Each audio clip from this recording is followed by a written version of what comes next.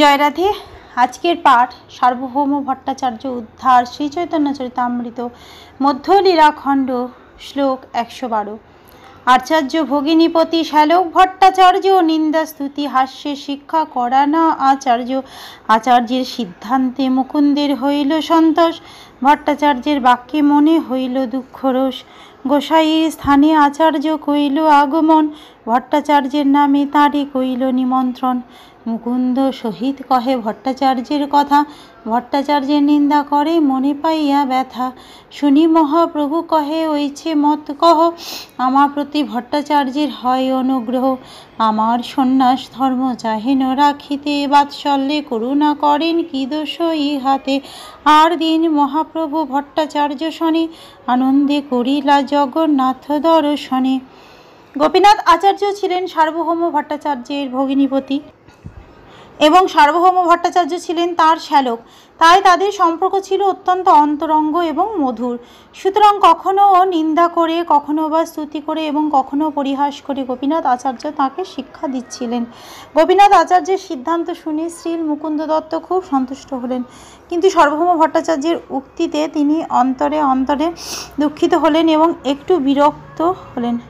সার্বভৌম ভট্টাচার্যের নির্দেশ অনুসারে গোপীনাথ আচার্য শ্রীচৈতন্য মহাপ্রভুকে সার্বভৌম ভট্টাচার্যের গৃহে নিমন্ত্রণ করলেন।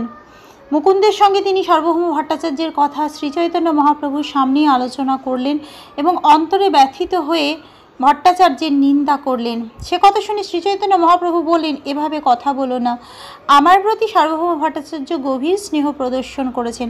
আমার প্রতি বাৎসল্য স্নেহবশত করুণা করে তিনি আমার সন্ন্যাস ধর্ম রক্ষা করতে চান, তাতে তার দোষ কি? তারপরের দিন সকালবেলা শ্রীচৈতন্য মহাপ্রভু সার্বভৌম ভট্টাচার্যের সঙ্গে জগন্নাথ মন্দিরে গেলেন এবং মহানন্দে শ্রী শ্রী জগন্নাথ দেবকে দর্শন করলেন।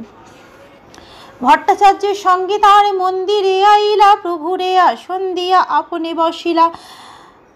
বেদান্ত পড়াইতে তবে আরম্ভ করিলা, স্নেহভক্তি করি কিছু প্রভুরে কহিলা।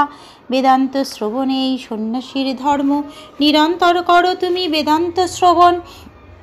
প্রভু কহে মোরে তুমি করো অনুগ্রহ, সেই সে কর্তব্য তুমি যেই মোরে কহ। 7 দিন পর্যন্ত হয়েছে করেন শ্রবণে, ভালো মন্দ নাহি কহে বসি মাত্র শুনে। 8ম দিবসে তারে পুচ্ছে সার্বভৌম, 7 দিন করো তুমি বেদান্ত শ্রবণ।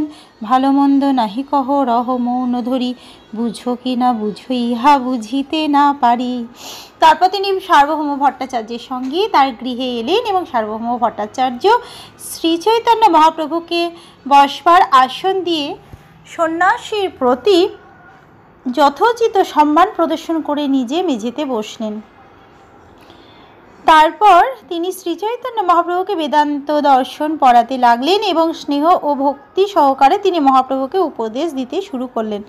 শ্রীল ব্যাসদেব রচিত বেদান্ত সূত্র বা ব্রহ্মসূত্র সমস্ত পরমার্থবাদীরাই, বিশেষ করে সমস্ত সম্প্রদায়ের সন্ন্যাসীরাই পাঠ করেন। বেদান্ত সূত্র সন্ন্যাসীদের অবশ্য পাঠ্য, কেননা তাতে তাঁরা বৈদিক জ্ঞানের চরম সিদ্ধান্তে অধিষ্ঠিত হতে পারেন। অবশ্যই এখানে যে বেদান্তের উল্লেখ করা হয়েছে তা হচ্ছে শারীরক ভাষ্য নামক শ্রী শঙ্করাচার্যের ভাষ্য। সার্বভৌম ভট্টাচার্য বৈষ্ণব সন্ন্যাসী শ্রীচৈতন্য মহাপ্রভুকে মায়াবাদী সন্ন্যাসীতে পরিবর্তিত করতে চেয়েছিলেন, তাই তিনি তাকে বেদান্ত সূত্রে শঙ্করাচার্যের কৃত শারীরক ভাষ্য উপদেশ দেওয়ার আয়োজন করেছিলেন। শঙ্কর সম্প্রদায়ের সমস্ত সন্ন্যাসীরা গভীর নিষ্ঠা সহকারে বেদান্ত সূত্রের শারীরক ভাষ্য অধ্যয়ন করেন। শাস্ত্রে নির্দেশ দেওয়া হয়েছে বেদান্ত বাক্যেষু সদা রমন্ত, অর্থাৎ সর্বদা বেদান্ত সূত্রের অধ্যয়নের আনন্দ উপভোগ করা উচিত। সার্বভৌম ভট্টাচার্য বলেন, বেদান্ত শ্রবণ করা সন্ন্যাসীর প্রধান কর্তব্য, তাই তুমি নিরন্তর বেদান্ত শ্রবণ করো। শ্রী চৈতন্য মহাপ্রভু উত্তর দিলেন, আপনি আমার প্রতি অত্যন্ত কৃপাপরায়ণ এবং তাই আপনার উপদেশ শ্রবণ করা আমার কর্তব্য। এইভাবে এক নাগারে 7 দিন ধরে শ্রী চৈতন্য মহাপ্রভু সার্বভৌম ভট্টাচার্যের বেদান্ত সূত্রের ব্যাখ্যা গ্রহণ করলেন, কিন্তু তিনি ভালো মন্দ কিছুই বললেন না, কেবল সেখানে বসে সার্বভৌম ভট্টাচার্যের ব্যাখ্যা শুনে গেলেন। অষ্টম দিবসে সার্বভৌম ভট্টাচার্য শ্রীচৈতন্য মহাপ্রভুকে বললেন, 7 দিন ধরে তুমি বেদান্ত শ্রবণ করছো, ভালো মন্দ কিছুই না বলে কেবল মৌনাবলম্বন করে শ্রবণ করছো, তাই আমি বুঝতে পারছি না আমার ব্যাখ্যা তুমি বুঝতে পারছো কি না। প্রভু কহে, মূর্খ আমি, নাহি অধ্যয়ন, তোমার আজ্ঞাতে মাত্র করি এ শ্রবণ। সন্ন্যাসীর ধর্ম লাগি শ্রবণ মাত্র করি, তুমি যেই অর্থ করো বুঝিতে না পারি। ভট্টাচার্য কহে, না বুঝি হেন জ্ঞান যারে বুঝিবার লাগি, সেহ পুছে পুনর্বার। তুমি শুনি রহ মৌন মাত্র ধরি, হৃদয়ে কি আছে তোমার বুঝিতে না পারি। প্রভু কহে, সূত্রের অর্থ বুঝিয়ে নির্মল, তোমার ব্যাখ্যা শুনি মন হয়তো বিকল। শ্রীচৈতন্য মহাপ্রভু উত্তর দিলেন, মূর্খ আমি, তাই আমি বেদান্ত সূত্র অধ্যয়ন করি না। আপনি আদেশ দিয়েছেন তাই আমি কেবল শ্রবণ করছি। সন্ন্যাসীর ধর্ম পালন করার জন্যই কেবল আমি শ্রবণ করছি, কিন্তু দুর্ভাগ্যবশত আপনি যে অর্থ বিশ্লেষণ করছেন তা আমি বুঝতে পারছি না।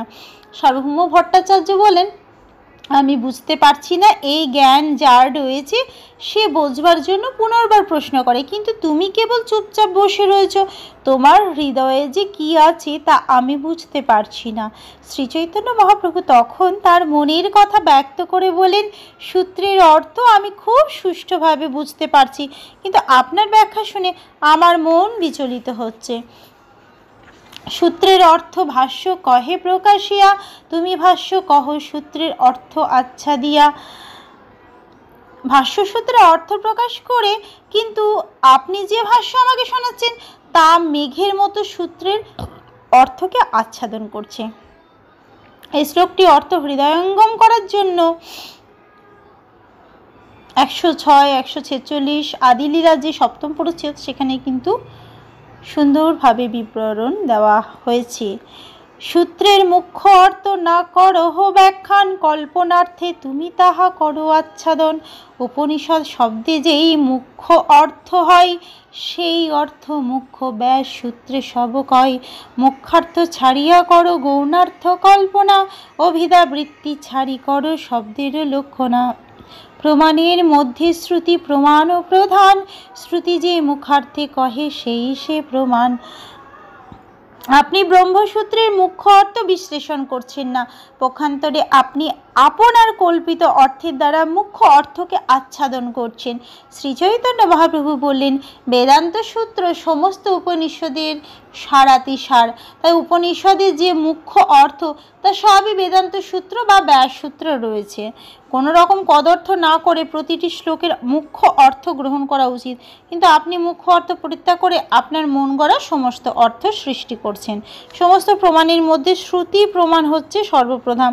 শ্রুতি বা বেদে যে মুখ্য অর্থ বিশ্লেষণ করা হয়েছে সেটি সর্বশ্রেষ্ঠ প্রমাণ। আজকের পাঠ এই অবধি। ভজ শ্রীকৃষ্ণ চৈতন্য প্রভু নিত্যানন্দ, শ্রী অদ্বৈত গদাধর শ্রীবাসাদি গৌর ভক্ত বৃন্দ। হরে কৃষ্ণ কৃষ্ণ কৃষ্ণ হরে হরে, হরে রাম রাম রাম হরে হরে। জয় রাধে জয় রাধে জয় রাধে।